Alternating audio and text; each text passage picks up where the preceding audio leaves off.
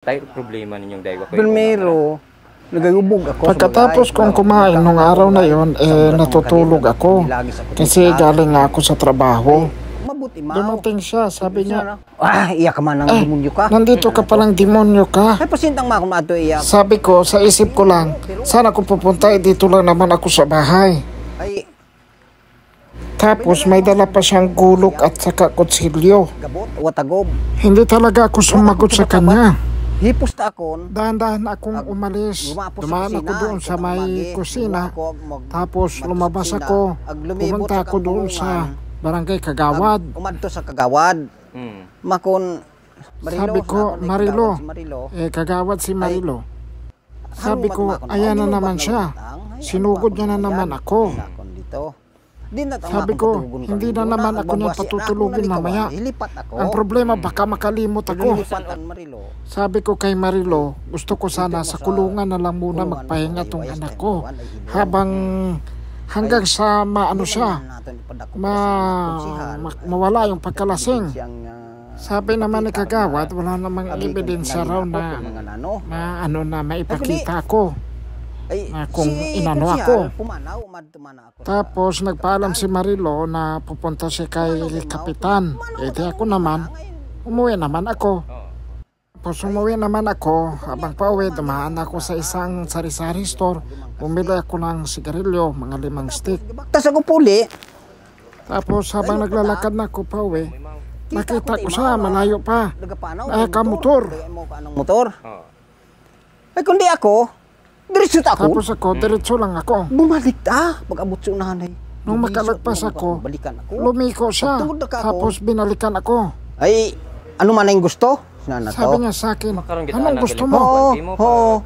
Ano man ang gusto? Higit ako sa sundo ko. Ay, sobra pa naman ako sa baywang. Siyempre, galing ako sa trabaho.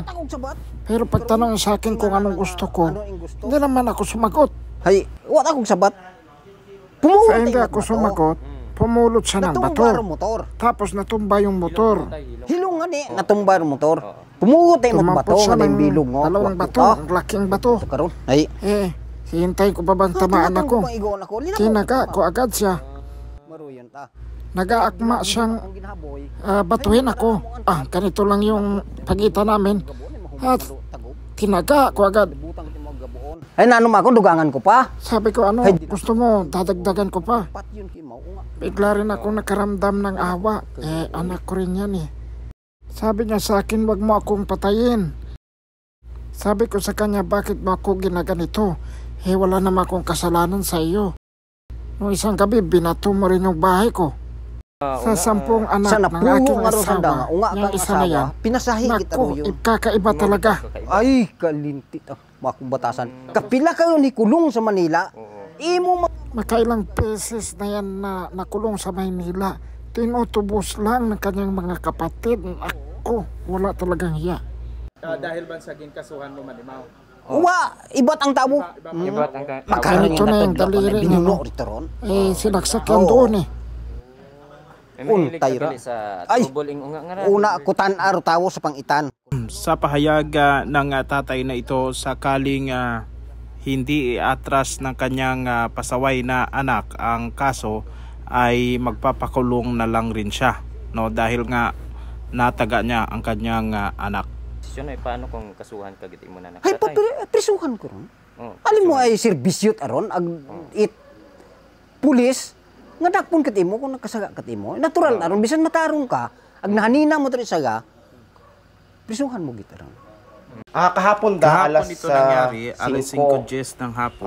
10 hapon, July 12, 2024. Doong aton karang yung Madalag Hospital ay nagsabi sa amin na meron ngang dinala doon na biktima nga gindaga ito sa so hospital. Agad naman tayo responde doon sa ospital. Nag-adto kita ito kara sa hospital. Doon na natin na kumpirma na may dinala nga doon na biktima ng pananaga. Linabo, pagdating natin doon, unconscious itong biktima na ito. Unconscious diya nga biktima. Siguro dahil ito sa tinamo niyang pananaga o sugat. At Gayon nakainom sa rin. aton nga pag-imbestiga, gagawa Sa nga ating investigasyon, mga alas 5 ng hapon, nagkita itong nagkita mag-ama kaya nga dyan sa mag-ama may kalsada. sa kalsada. Nagkasalubong Oo, sila sa may nagsubulang kalsada wala dyan sa sa barangay Pangitan. At dahil nga sa may dati ito silang mga away, old grudges, mga nagtaliwan nga yung mga sa naiintindihan. nakalipas pa na hindi sila nagkakaunawaan, pundurong tumigil unga, ang nag-istorya sa ama, anak saka nakipag-usap init, sa istorya, ama pagruunga. hanggang sa Ruunga magkainitan. ay mapuot Yung ng tayo anak bato, datampot sana ng doon bato, nga hindi pa siya nakadampot ng bato, ay mabilis nga itong tinaga ng kanyang ama na tinamaan dito sa may balikat. At tinamaan nga ito sa kaliwang bahagi ng kanyang balikat. Yung biktima ay inirefer ngayon ng Madalag Hospital doon sa Aklan Provincial Hospital. Naman diniliper mo sa tumbukon sir. Siguro rahay dong tama kung Inilipat ito doon sa Provincial Hospital dahil siguro malaki at malalim ang sugat nitong biktima. Dong suspek ka naton Ang ay suspect ay nag-voluntary surrender dito sa ating police station. Sinamahan ito siya ng barangay kapitan ng barangay Pangitan at itinurn over din sa atin yung ginamit niyang gulok sa pagtaga. paggabo kara sa ana nga unga. Aton karang Yung suspect ito ay isang magsasaka. So palagi ito siyang may dalang gulok. Nanggaling ito siya doon sa kanyang mga pananim. Richard nga kapag abot Suno Sa ating pag-imbestiga, itong anak na ito ay nakainom. Nakainom. At yung kanyang ama na isang senior citizen ay hindi naman ito siya nakainom. mga tao sa lugar sir yung tabuan yung incident nga. Actually, May nakakita ito sa kanila na nandoon din sa lugar. Noong nataga niya na itong anak niya, gusto pa ulit tagain nga. Suno sa Ayon sa ating investigasyon. Yung nakakita, sumigaw na huwag na, tama na.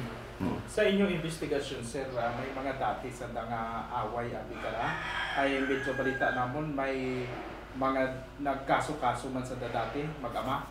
Oo, dati ra. Oo, Siguro noon, mga kung hindi ako nagkakamali, mga 7 to 8 years na, na-aresto din natin itong biktima dahil sa pag-iiskandalo.